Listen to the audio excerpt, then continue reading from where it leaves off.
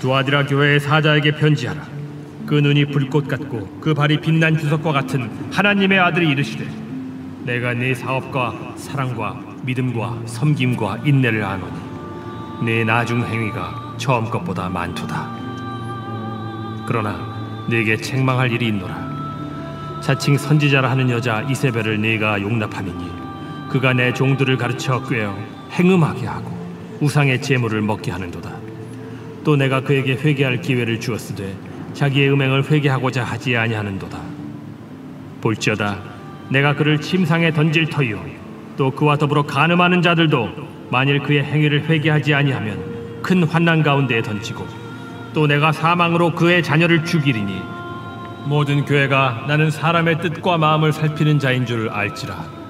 내가 너희 각 사람의 행위대로 갚아주리라. 두아디라에 남아있어 이 교훈을 받지 아니하고 소위 사탄의 깊은 것을 알지 못하는 너희에게 말하노니 다른 짐으로 너희에게 지울 것은 없노라. 다만 너희에게 있는 것을 내가 올 때까지 굳게 잡으라. 이기는 자와 끝까지 내 일을 지키는 그에게 만국을 다스리는 권세를 주리니 그가 철장을 가지고 그들을 다스려 질그릇 깨트리는 것과 같이 하리라. 나도 내 아버지께 받은 것이 그러하니라. 내가 또 그에게 새벽별을 주리라. 귀 있는 자는 성령이 교회들에게 하시는 말씀을 들을지어다. 오늘도 거룩한 주일 예배에 나오신 여러분 한 사람 한 사람을 주님의 이름으로 사랑하고 축복합니다. 우리가 이제 동계올림픽 시즌이기도 하지만 여지없이 코로나 확진자가 늘어가며 우리가 두렵고 걱정이 되는 게 사실이겠죠. 그러나 우리 믿음의 사람들은 서두에 광고 시간에 말씀드린 것처럼 더 주님을 바라보며 또 조심도 하지만 주님을 의지하는 기회로 삼는 우리 모두가 되시길 간절히 소망합니다. 이러한 마음, 또 사랑하는 마음과 축복하는 마음으로 옆분들, 뒤에 있는 분들 같이 진심으로 우리 인사할까요? 주님의 이름으로 사랑합니다. 축복합니다. 인사합시다. 주님의 이름으로 사랑하고 축복합니다. 우리가 주 안에서 교제하는 것은 은혜요, 복입니다. 주님께서 우리에게 공동체를 허락하신 것도 서로 사랑하며 섬기며 아름다운 공동체가 되길 원하는 마음이라고 저는 생각합니다.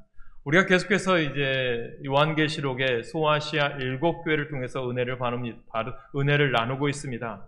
에베소 교회를 향해서 또 우리에게 주신 말씀, 또 버가모 교회를 통해서 우리에게 주신 말씀, 또 우리가 아는 많은 교회, 우리에게 서머나 교회를 통해서 주신 말씀들, 우리가 많이 은혜를 나눕니다. 그럼 오늘은 이제 네 번째 교회인 두아디라 교회에게 주님께서 어떤 메시지를 주실까? 이것은 바로 두아디라 교회가 아니라 바로 오늘 우리 하나로 중앙교회 우리들에게 주시는 메시지인 줄로 믿습니다. 저는 여러분들이 오늘 메시지를 통해서 하나님의 큰 뜻을 이뤄가는 복된 가정들 되시기를 간절히 소망합니다.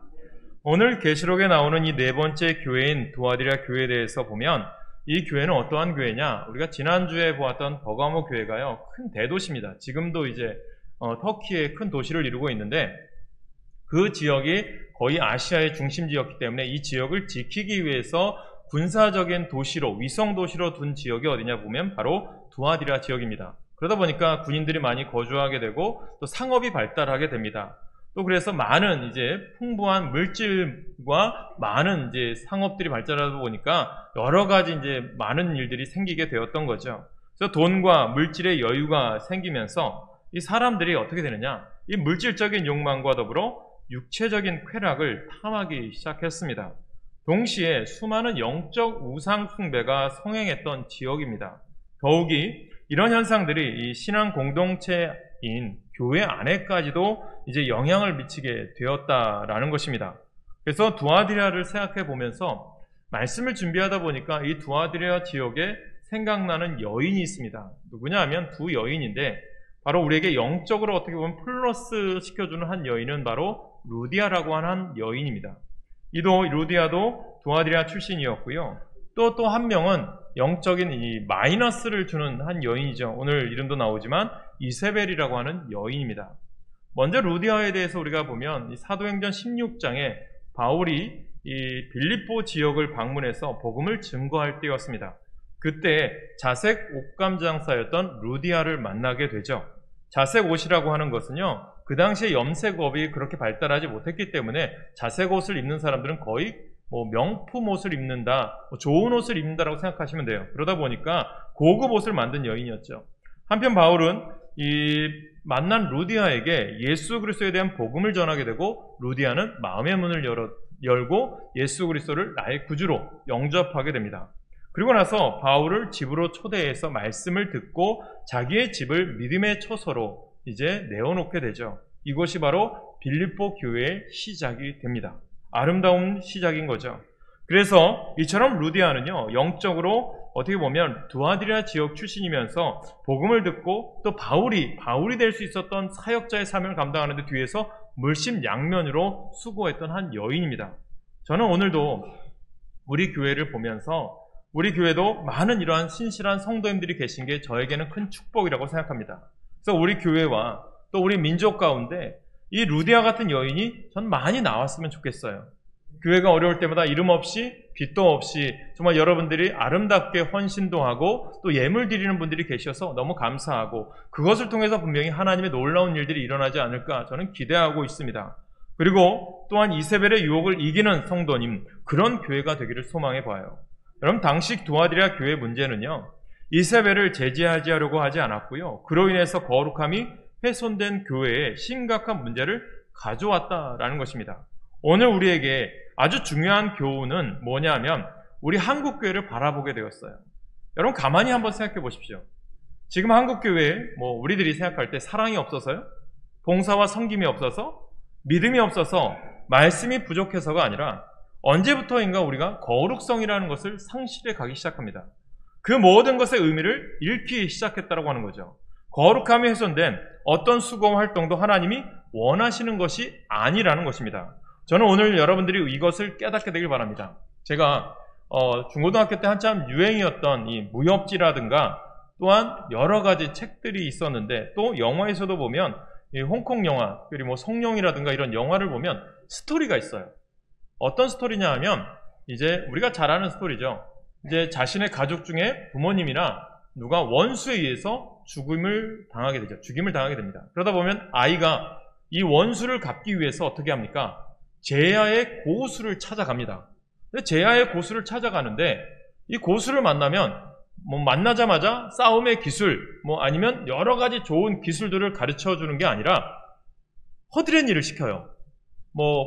물을 푸는 일을, 오늘은 물을 이쪽에 퍼서 이쪽에다 붓게 하고, 내일은 또 이쪽에 있는 물을 퍼서 이쪽에다 붓게 하고, 아니면 청소, 잔일, 이런 일들을 시키는 거예요. 그러다 보니까 주인공은 어떻습니까? 실망하게 되죠. 왜 나에게 저 고수라는 사람이 기술을 안 가르쳐 줄까? 싸움의 그런 것들을 가르쳐 주지 왜 않을까라고 고민하면서 매일매일 같이 힘든 일을 감당해내죠. 그러다 보니까 그 일을 하다 보면 여러분 다 아는 스토리잖아요. 그 기술, 기본적인 기술들, 체력들이 구축되어야 싸움의 기술도 익힐 수 있다라는 거죠. 이것을 통해서 주시는 메시지가 뭐냐면, 사랑하는 성도들, 우리 신앙인들도 그렇잖아요. 하나님 빨리 경험하고 싶어요. 하나님 빨리 저도 기적을 체험해보고 싶어요. 그런데 중요한 것은 갑자기 생기지 않는다는 거예요. 내가 오늘 일상에서의 삶 속에서 기도하고 예배하고 믿음으로 사는 자에게 하나님의 놀라운 은혜가 임하고 하나님의 놀라운 복이 임하게 됨을 믿으시길 간절히 축원합니다. 그러니까 내가 오늘 보이지 않게, 어떻게 보면 남들이 알아주지 않는 일일지라도 헌신하고 믿음으로 걸어가는 자에게 하나님은 역사하신다는 거예요. 오늘 이 두아디라 교회를 통해서 우리에게 주시는 메시지는 뭐냐 하면, 너희들이 거대한 것 바라기 전에 너희들이 먼저 회복해야 될 것을 너희들이 깨달아야 된다. 너희들이 하나님께서 두아디라 지역에 교회를 세우신 목적은 이 지역이 우상 숭배하고 물질적인 문명이 발달한 지역이지만 이 지역에 예수의 복음으로 그들이 올바로 변화되기를 원한다. 두아디라 교회가 세상에 좋은 영향력을 끼치는 교회가 되어야 된다라고 하는 것을 통해서 세우신 거잖아요. 그런데 안타깝게 어떻게 됩니까? 세상의 영향력이 교회를 집어삼키게 되었다는 거죠.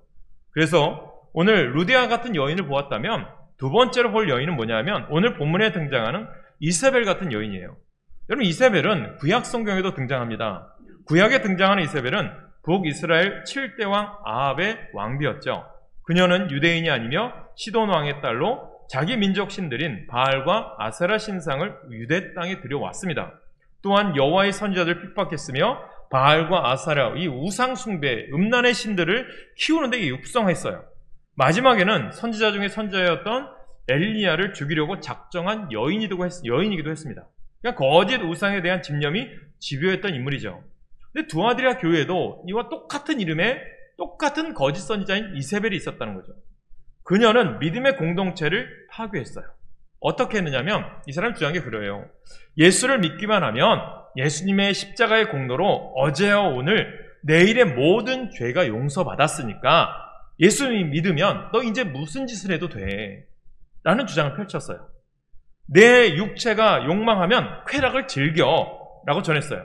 우리가 지난주에 보았던 버가모 교회에서도 발람의 유혹과 또한 니골라당의 교훈과 똑같습니다.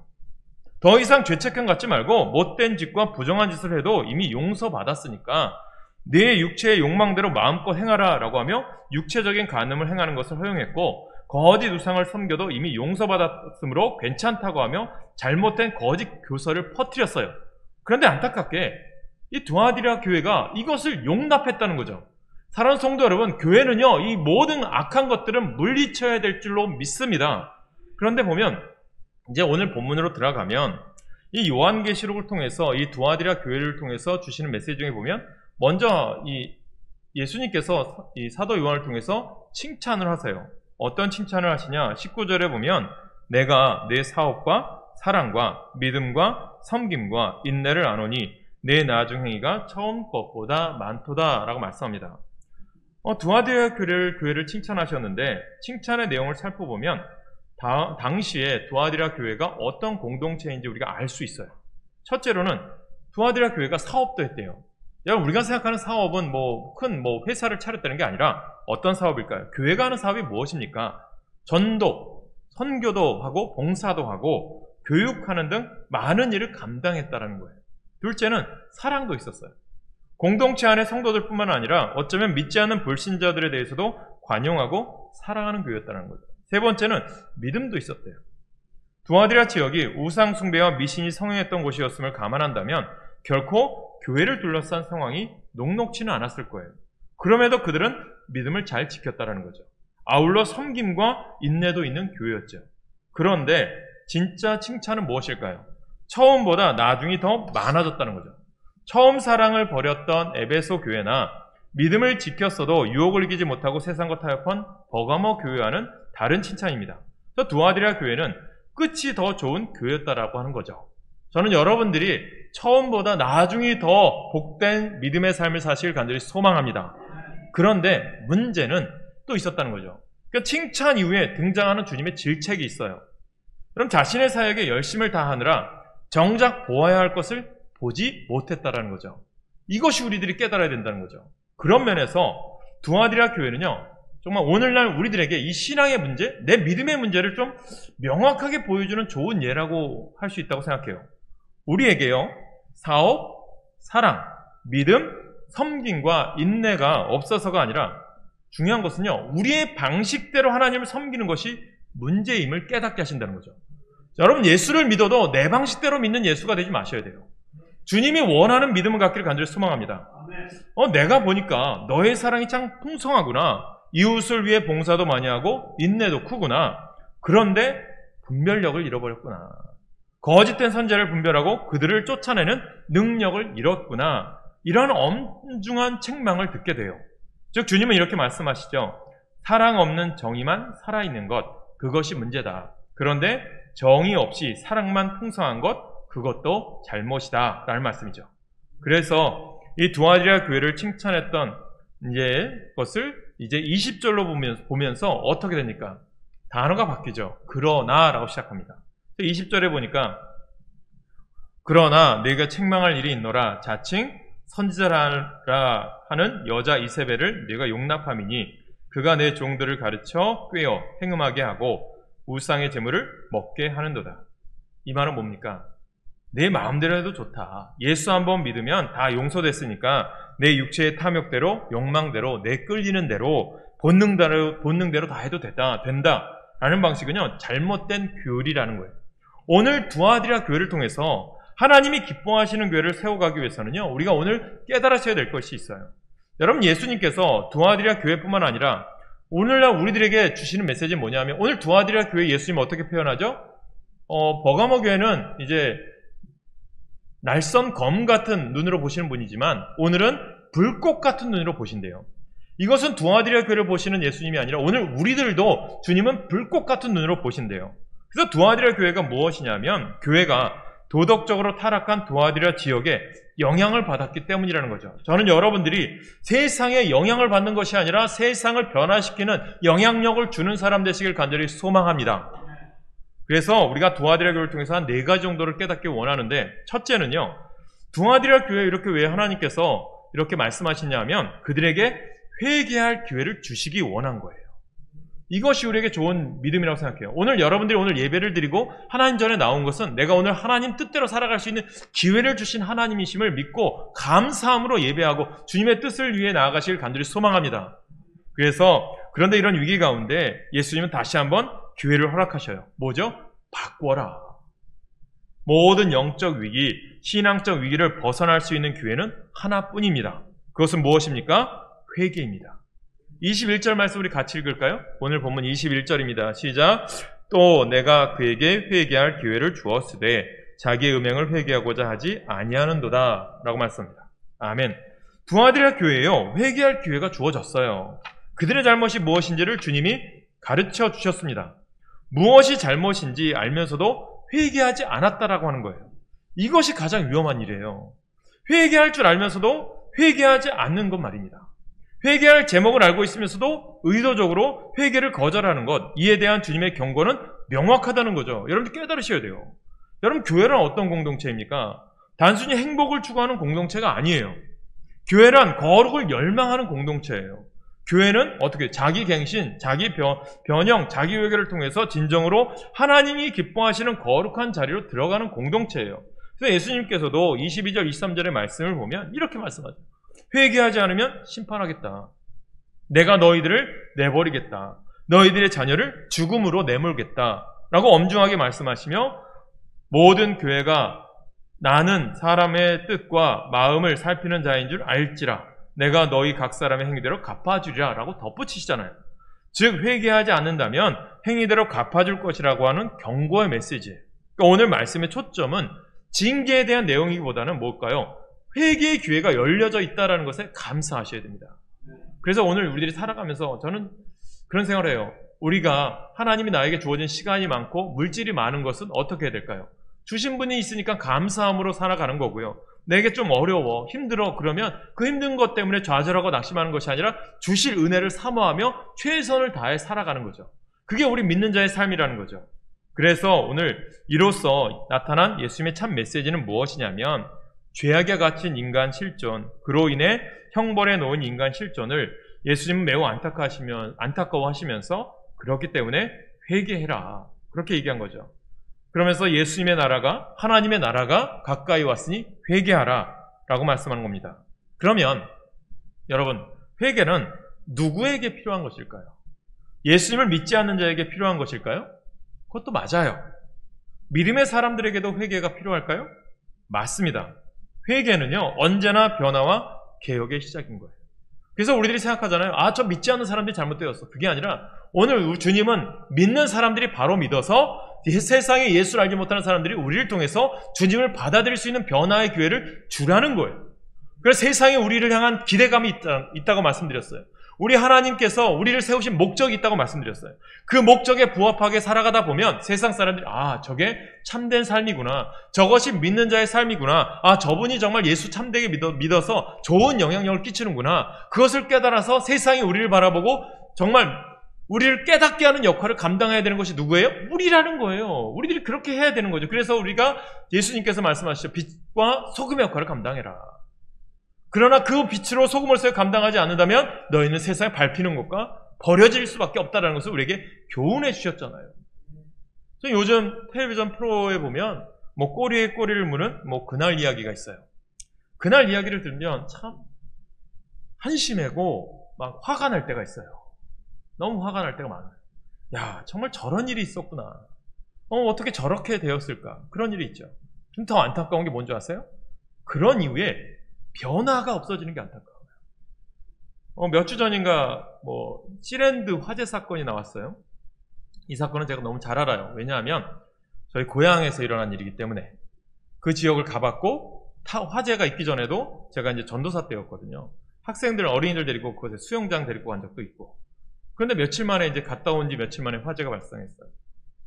근데 그 사건을 얘기하는데 뭐 알고는 있었지만 너무나도 화가 나더라고요. 그런데 그 이후에도 변화가 되지 않는 거예요.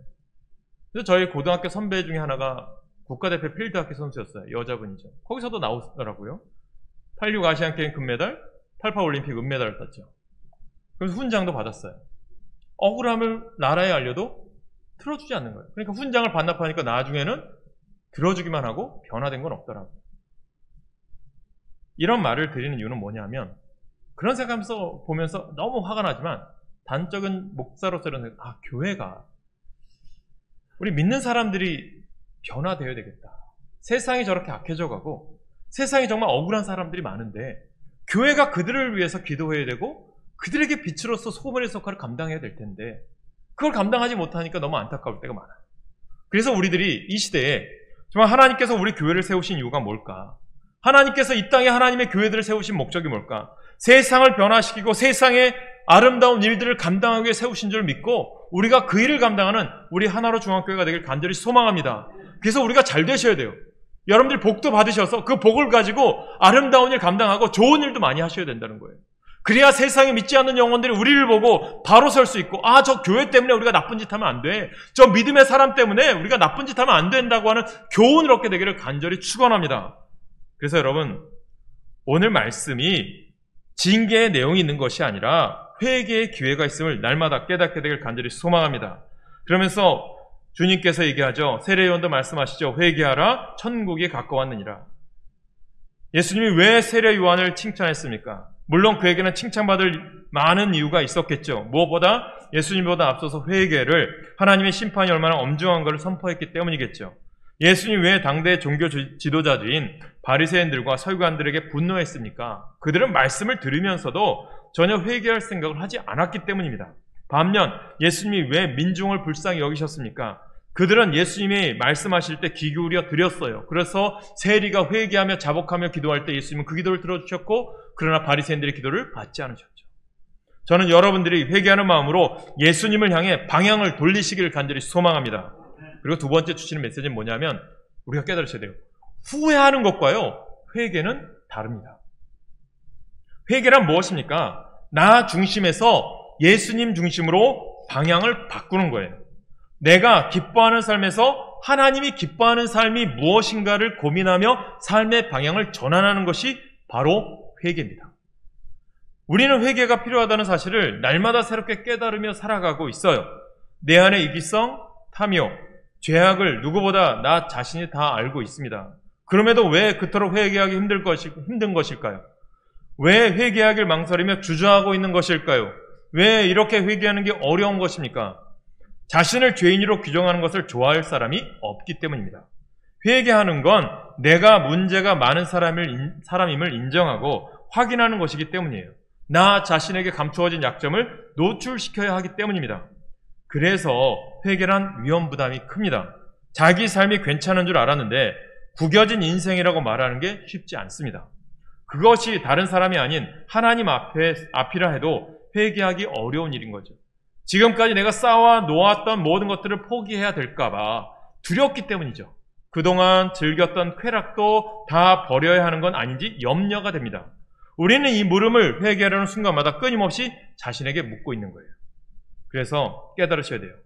그래서 성 어거스틴이라고 하는 분이 책을 썼는데 참회록이라고 하는 책이에요. 이 책에서 하나님께 이렇게 고백하는 것을 확인할 수 있어요. 이 책의 내용 중에 이런 말이 있어요. 하나님, 나에게 순결을 주옵소서. 나에게 절제를 주옵소서. 하지만 지금은 마옵소서. 여러분도 이런 기도를 해보신 적이 있으십니까? 하나님, 언젠간 제가 회개하겠습니다. 언젠가는 하나님 앞에 돌아오겠습니다. 그런데요, 지금은 좀 놔두세요. 지금은 재밌잖아요. 육체적인 쾌락도 있고요. 즐길 게 많아요. 제가 세상에서 지금 잘 나가잖아요. 그래도 제가 좀 괜찮은 인물 같잖아요. 나중에 꼭 회개할게요. 그러나 지금은 마세요. 잘못된 신앙이죠. 분명하게 땅을 치며 후회할 날이 있다라는 거예요. 이것을 우리가 깨달으셔야 되는데 우리는 너무너무 미뤄요. 뭐 그런 분들도 있죠. 뭐 이번에 내가 뭐 결혼하면 내가 교회 열심히 다닐게. 얼마나 될까요? 내가 뭐 대통령 되면 교회 열심히 다닐게요. 내가 국회의원 되면 뭐 신앙생활 열심히 할게요. 전혀 그렇지 않아요. 내가 지금 기회에 있을 때 예수를 바로 믿지 못하면 여러분 그 기회는 후회하게 된다. 이처럼 우리가 회개를 자꾸 미루고 있지는 않습니까? 근본적으로 왜 회개가 어렵습니까? 우리 마음에 본래적으로 죄악이라는 게 있기 때문이에요. 아담과 하와처럼 하나님을 향해 저항하고 싶은 마음이 우리 안에 있다라는 거예요. 또한 그러한 마음을 유도하는 사탄의 유혹이 있기 때문이에요. 우는 사자같이 오늘도 우리를 넘어뜨리려고 하거든요.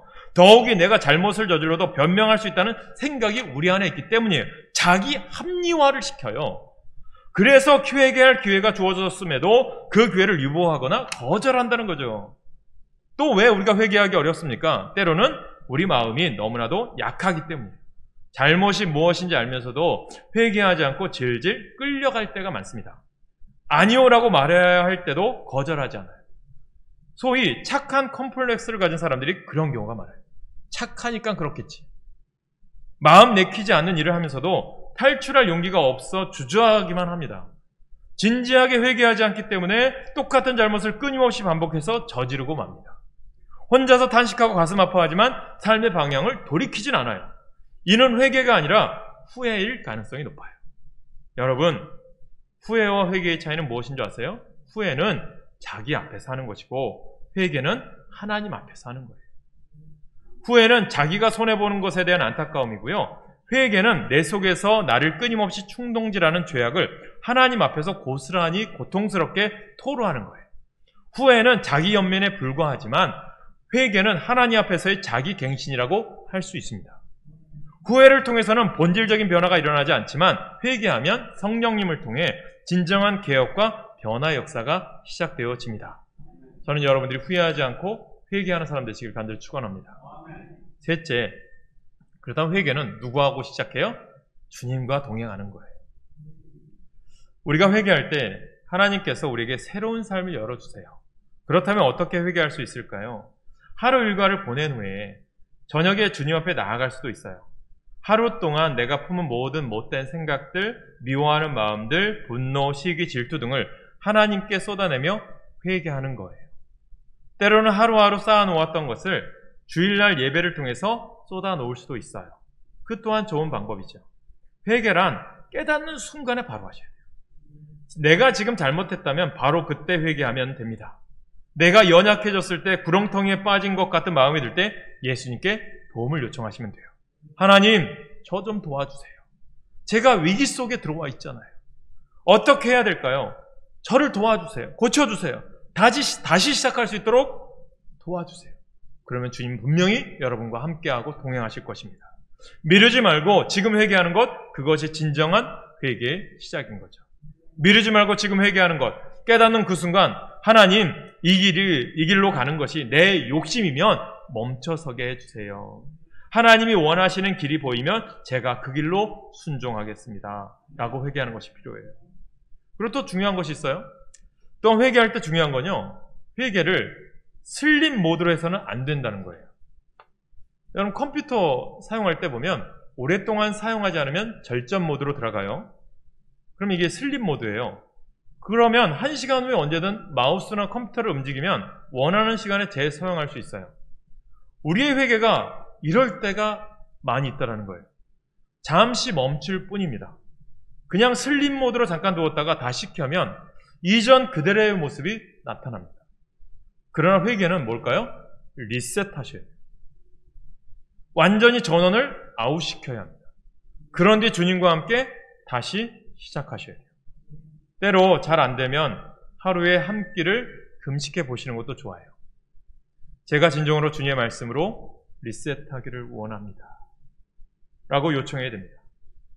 때로는 어떻게 회개해야 될지 모를 때가 있어요. 그러면 예수님께로 방향을 맞추시면 돼요. 예수님, 어떻게 해야 할까요?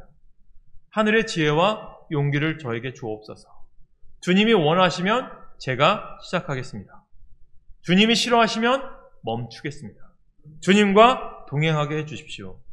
이렇게 회개의 자리로 나아가는 거죠. 그렇기에 회개는 겸손한 자가 할 수 있다라는 거예요. 용기 있는 자가 회개할 수 있다라는 거예요.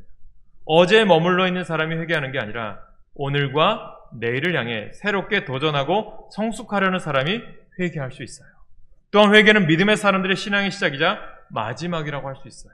동시에 신앙의 과정이기도 합니다. 그러므로 우리로 하여금 회개하는 영은 바로 하나님이 우리에게 주신 최고의 선물임을 명심하시길 소망합니다. 네 번째로 교회는요, 거룩을 향해 나아가는 믿음의 공동체입니다. 물론 회개는 슬픔과 탄식으로 시작을 하죠. 그러나 회개하고 나면 주님과 함께 감사의 삶으로 나아갈 수 있습니다. 회개하기 전에는 내 자존심 지키느라 했으며, 하지만 회개하면 나를 얽매였던 이기심과 죄악에서 해방될 수 있어요. 하나님의 자녀가 되는 자유의 기쁨을 누리게 하는 것이 회개하기 때문이죠. 회개의 기쁨을 누려야 참다운 신앙의 기쁨을 누릴 수가 있습니다. 다시 한번 말씀드리지만 신앙이란 단순히 행복을 위해 갖는 게 아닙니다. 신앙의 목표는 거룩해지기 위해서예요. 교회는 어떤 공동체입니까? 행복을 위해 모이는 공동체가 아닙니다. 교회는 하나님을 향해 거룩함을 위해 모이는 하나님의 백성의 공동체예요. 나아가 이 거룩함을 들고 세상을 향해 나아가라고 주님은 우리에게 부탁하십니다. 진정한 행복 역시 이 거룩함 속에 있습니다. 행복을 먼저 추구하면 거룩해지지 않습니다. 하나님 앞에 회개하며 거룩함으로 나아갈 때 비로소 우리는 행복과 기쁨을 맛볼 수가 있습니다. 오늘 두아디라 교회에게 주신 말씀, 오늘 우리들에게 주신 기회죠. 이 시대가 요동치고 있습니다. 코로나로 인하여 어려움 당하고 힘든 시대에 살아가죠. 또 수많은 유혹과 미혹이 우리의 삶을 방해합니다. 음란의 문화가 세상을 판치고 있습니다. 알지 못하는 많은 유혹들이 있어요. 인터넷 또한 여러 가지 우리를 유혹하는 것들이 있습니다. 우리의 삶을 방해합니다. 때로는 예수님을 믿는 자와 믿지 않는 자의 차이가 무엇인지 보이지 않을 때도 많아요. 이때 우리가 가야 할 길은 회개입니다. 행복이 아니라 거룩해지는 것입니다. 수많은 인문학자와 철학자들이 추구하는 것은 행복입니다. 그러나 우리 믿음의 성도들이 추구하는 것은 거룩함입니다. 이 놀라운 것을 우리가 추구할 때 우리 자신뿐만 아니라 세상을 변화시키는 하나님의 사람이 될 수 있습니다. 이런 교회, 이런 성도님 되시길 간절히 축원합니다. 두아디라 교회를 향한 주님의 경고는 우리에게 심판의 메시지가 아니라 축복의 메시지라고 저는 생각해요. 이제는 불꽃 같은 눈으로 바라보시는 주님 앞에 한국교회가 거룩한 능력을 회복하고 이 세상을 다스릴 권세를 받아야 합니다. 안타깝게 지금 두아디라 교회의 터는 허물어져 있어요. 아무것도 남아있지 않아요. 그냥 벽들만 남아있습니다. 2000년이 지난 지금 그 교회의 터밖에 남지 않은 두아디라 교회가 아닌, 저는 우리 교회나 이 한국의 교회들이 세세의 진리의 강물, 하나님의 기쁨의 진리의 강물, 부흥의 물결이 넘쳐나는 흘러넘치는 한국교회, 또 우리 하나로 중앙교회, 또 우리 성도가 되어야 되지 않겠습니까? 그러면서 이 찬양을 여러분들에게 부르고 싶은 것은 이 부흥이라고 하는 찬양이 오래된 찬양이죠. 근데 저에게도 참 은혜되는 찬양이죠. 이 찬양은 고영원 선교사가 에레미야 1장 5절 6절을 읽으면서 하나님께 간절히 소망하며 작사했던 그 곡입니다. 주여 이 땅의 황무함을 보소서. 이 땅에 다시 부흥을 허락하소서. 이 땅에 부흥이 오기를, 하나님의 교회가 진정으로 세워지기를, 버려진 땅이 회복되기를 위해서 이 찬양을 작곡했어요. 그리고 이 버려진 두아디라 교회의 터가 우리의 모습이 되지 않기를 우리는 기도하셔야 돼요. 지금 우리 교회 그리고 이 한국 땅에 진리의 강물이 흐를 수 있도록 우리는 기도하셔야 됩니다. 그럴 때 하나님이 기뻐하는 교회, 하나님이 원하는 이 세상이 우리 교회를 통하여 변화되는 세상의 선한 영향력과 기쁨이 되는 그러한 아름다운 교회로 주님이 세우실 줄로 믿습니다. 그러한 마음으로 우리 시간 이 땅의 황무함을 보소서 찬양하시겠습니다.